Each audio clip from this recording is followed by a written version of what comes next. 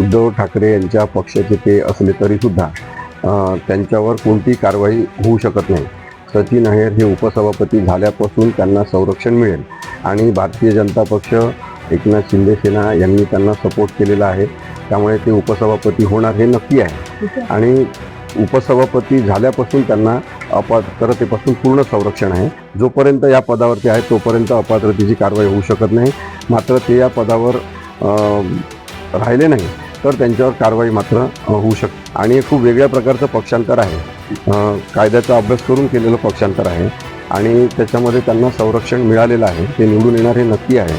उपसभापती पदावर असल्यापासून आणि असेपर्यंत त्यांना पूर्णपणे अपात्रतेपासून संरक्षण आहे, त्यांच्यावर कोणतीही पक्षांतर बंदीची कारवाई होऊ शकत नाही। केला जातोय शिंदे गटाकडनं की ते ऑलरेडी शिवसेनेचे टेक्निकली आमदार आहेत, त्यामुळे त्यांचं पक्षीय कारवाई होण्याचा समजा उभाटा गट पण कारवाई करू शकत नाही। आता उद्धव ठाकरे यांच्या पक्षाचे ते असले तरी सुद्धा त्यांच्यावर कोणतीही कारवाई होऊ शकत नाही। सचिन अहेर हे उपसभापती झाल्यापासून त्यांना संरक्षण मिळेल आणि भारतीय जनता पक्ष, एकनाथ शिंदे सेना यांनी त्यांना सपोर्ट केलेला आहे, त्यामुळे ते उपसभापती होणार हे नक्की आहे। आणि उपसभापती झाल्यापासून त्यांना अपात्रतेपासून पूर्ण संरक्षण आहे। आपल्या भारतीय संविधानातल्या 10व्या परिशिष्टातल्या 5व्या परिच्छेदामध्ये उपसभापती, सभापती, विधानसभेचे अध्यक्ष अशा सगळ्या पदांवर असलेल्या लोकांना अपात्रतेच्या कारवाईपासून संरक्षण आहे। जोपर्यंत या पदावरती आहे तोपर्यंत अपात्रतेची कारवाई होऊ शकत नाही।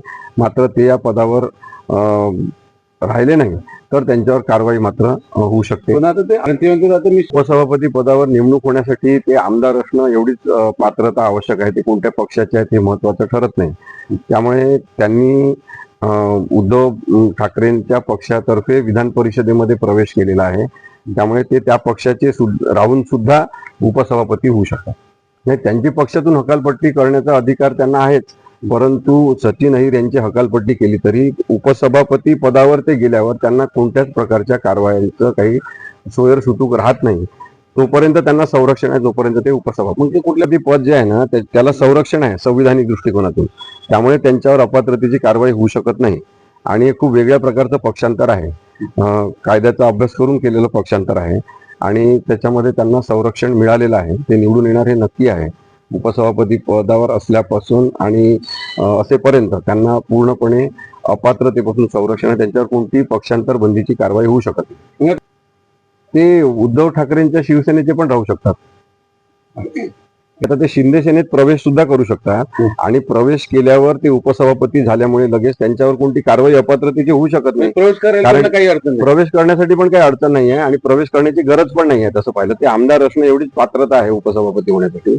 ते आमदार आहेत। आता प्रवेश केल्यावर सुद्धा त्यांच्यावर अपात्रतेची कारवाई होणार नाही ते उपसभापती झाल्यावर, आणि त्यामुळे त्याचा फायदा गैरफायदा काय असेल राजकीय दृष्टिकोनातून आपण त्याचा विचार करू शकतो।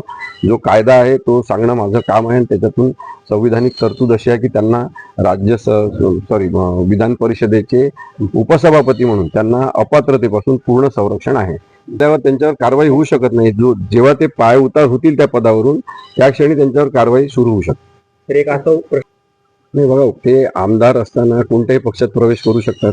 पक्ष प्रवेश हा बेकायदेशीर असेल तर त्यासाठी ज्या पक्षातून ते निवडून आलेले आहेत, ज्या पक्षाचे प्रतिनिधित्व करतात त्यांनी कारवाई करायला पाहिजे। त्यांनी कारवाई करण्यापूर्वी जर ते उपसभापती झाले त्यांच्यावर कारवाई करता येत नाही, त्यामुळे त्यांना संरक्षण प्राप्त होते त्या कालावधीमध्ये।